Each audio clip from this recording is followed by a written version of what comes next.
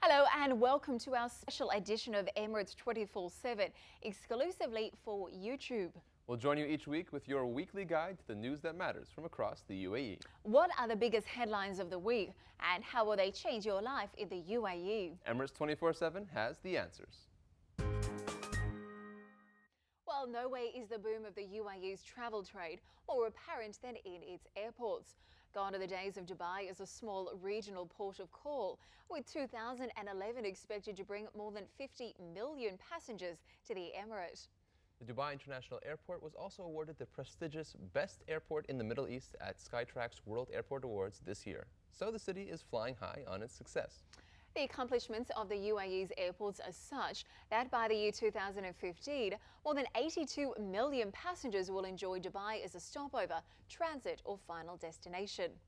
But with current operations already running near capacity, is the UAE ready for such huge growth? Well, here to tell us more about why Dubai International was the world's fourth busiest airport in 2010 for international travel is Paul Griffiths, the CEO of Dubai Airports. Hello. Paul, welcome to the studio. Thank you so much.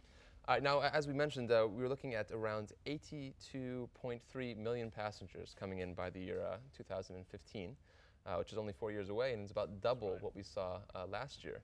Are we really ready for this kind of traffic? Well, fortunately, we have a plan. And to become the world's largest international airport, which is our aim ultimately, I think is something that we're planning for. And that's ably assisted, of course, by the growth of our two major home airlines. Both Emirates and Fly Dubai have very ambitious expansion plans, and we're there to support them. We already have the infrastructure to cope with 60 million. By the end of 2012, that will boost to 75 million with the opening of Concourse 3. And then we've plans to take the airport to about 98.5 million by 2020. Definitely some really significant figures there. Looking at the region as a whole, though, travel has dropped to the Middle East and Africa by about 47,000 passengers this year due to unrest in some parts of the Middle East. Do you see this as being a challenge, a bit of a problem for the UAE if business travellers or tourists are shying away from this part of the world? Well, we're not seeing that in our figures. So far this year, we've recorded something like 7% growth in the first quarter. And the March figures were about over 5%. So we're still seeing positive growth. So we haven't been negatively impacted overall with traffic. But that's because we've got a good mix of both transfer traffic that goes through Dubai onto other destinations, as well as a very strong origin and destination market to and from Dubai itself.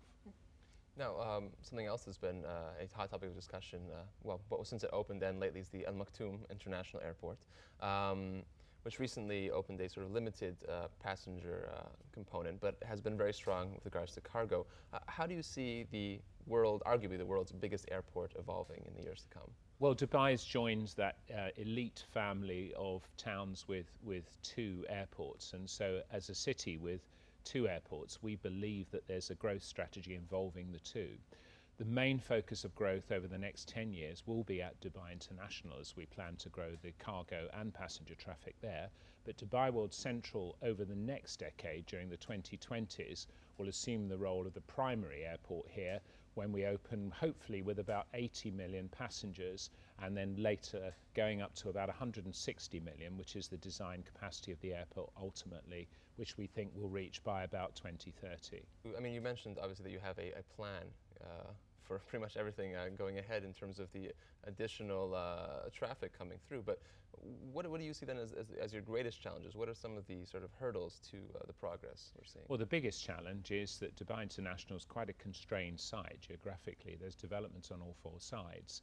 So what we've got to do is try and make sure that the whole environment, whether it's the runway, the stands, the terminals, all the various systems and the stuff that you see as a customer and the stuff that you don't see as a customer, the baggage systems, all the support systems under the surface, literally under the surface sometimes, those we've got to work on really hard. So we've got a massive program to deal with baggage capacity, with aircraft stands, occupancy, use of the runway, air traffic control systems, and let's not forget the airspace. That's a big subject too. So it's a vast program that we're putting together, and hopefully later in the year we'll be able to announce a pretty detailed program of how we're going to achieve this very ambitious program of expansion and development to support the growth of particularly Emirates and Fly Dubai. So definitely keeping you very busy in the meantime. Most definitely, that's true. Good news. Well, thank you so much for stopping by, Paul. I know it's a busy week for you. We appreciate it. Thank you. Pleasure. Great pleasure. Thank you. Thank you. That's all we have time for in this special segment of Emirates 24/7, exclusively on YouTube. Feel free to get in touch with us. We'd love to hear your thoughts about all of the top stories of the week. You can drop us a line at Emirates24-7 at dmi.ae or send us a message via our Facebook page, Emirates 24/7 on Dubai One. You can even message us via BBM, or you can watch previous shows online at dmi.ae/Dubai One. And of course, you can also check us out right here at youtube.com/watch Dubai One. We'll be back next week with another big show where we find out why the UAE is soaring into space as the Global Space and Satellite Forum opens in Dubai. A ticket into outer space is currently worth around $200,000. And we'll find out if the UAE has plans to move into this very profitable sector. But for now, from all of us at the team here at Emirates 24/7, it's goodbye.